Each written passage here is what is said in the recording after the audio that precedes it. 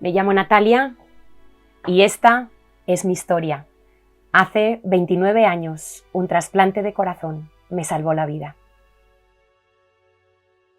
Nací en Castellón de la Plana, donde viví más o menos hasta los 17 años.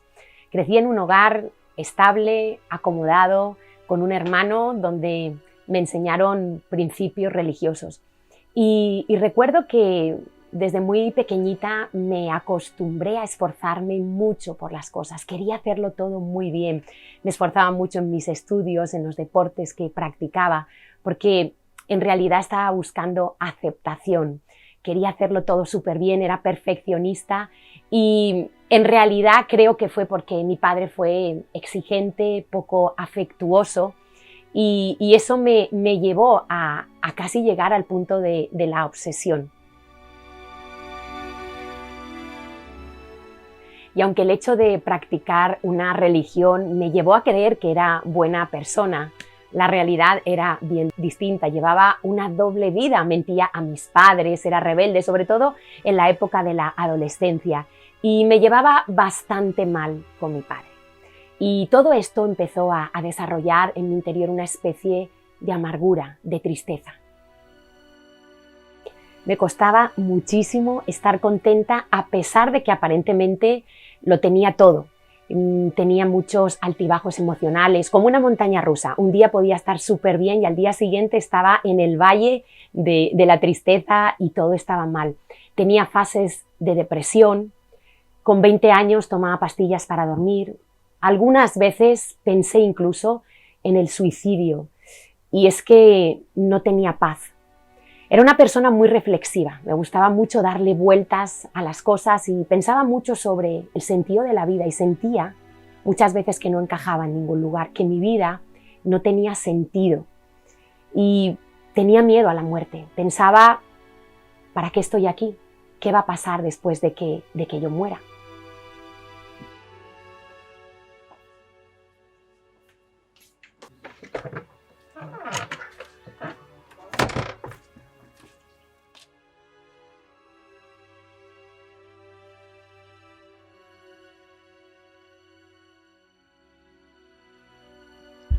Más de 8.000 personas han salvado su vida en España desde que en 1968 se realizara en Madrid el primer trasplante de corazón.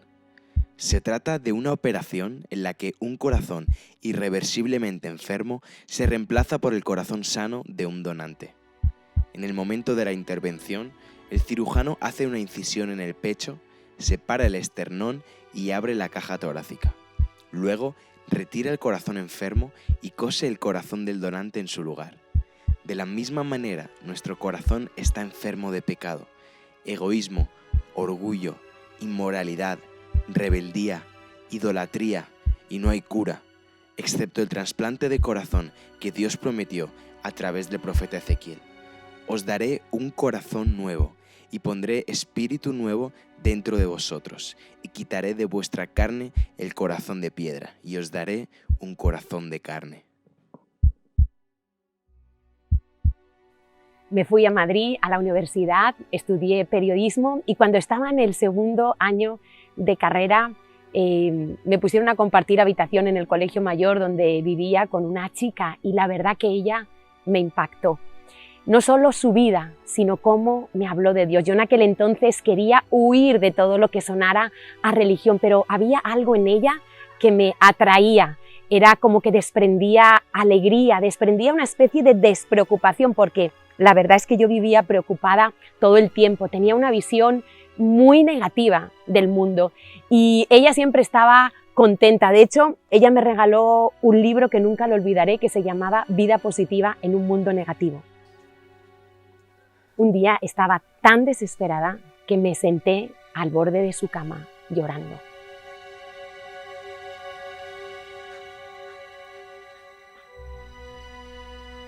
Y le dije, yo quiero tener lo que tú tienes y yo quiero ir donde tú vas. Yo sabía que ella iba a una especie de centro cristiano, no tenía mucha idea, pero le dije, quiero ir contigo.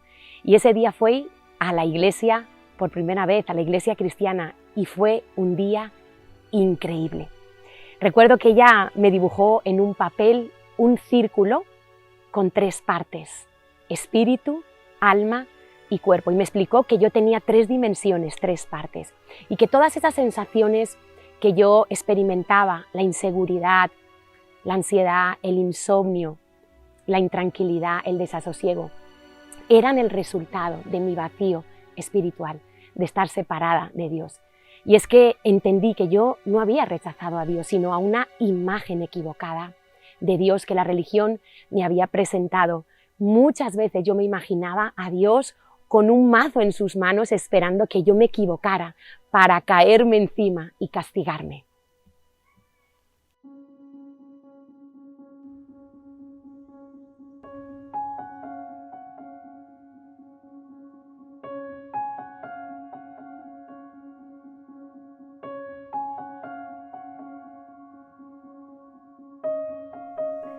Fue como si un velo se hubiera quitado y mis ojos hubieran sido abiertos. Dios había visto todo mi interior, mis malos pensamientos, mis malas intenciones, mi resentimiento, mi amargura, pero aún así me amaba. No tenía que hacer nada para que Él me amara tal como era, pero sí tenía que arreglar las cuentas con Él. Necesitaba pedirle perdón. Él me estaba mostrando todo lo mal que estaba en mi corazón, no para condenarme, sino para que me diera cuenta que tenía que pedirle perdón y que Él quería perdonarme.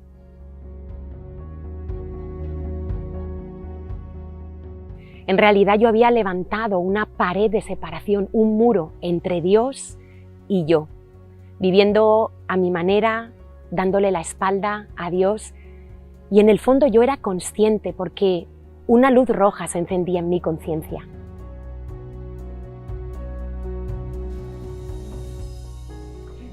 Y aunque en mí había una lucha, las piezas del puzzle empezaban a encajar. La palabra fe cobraba sentido para mí. Entendí que tenía que poner toda mi confianza en lo que Jesucristo había hecho en aquella cruz, pagando el precio que demandaban mis pecados. Era la única manera de saldar la deuda que yo tenía con Dios. Yo no podía hacer nada, y aunque me había esforzado, había tratado de llegar a Dios a través de practicar una religión, de esforzarme en ser buena, solo había una manera, y es dejar que Él llegara a mí a través de ese sacrificio.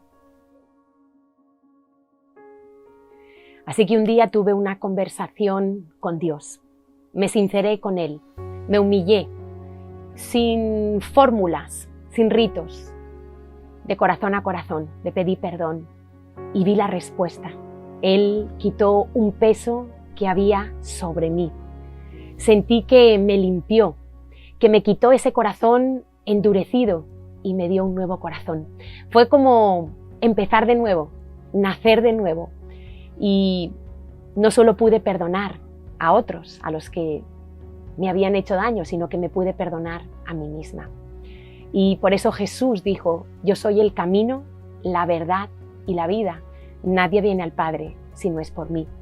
Y su verdad es la que me hizo libre.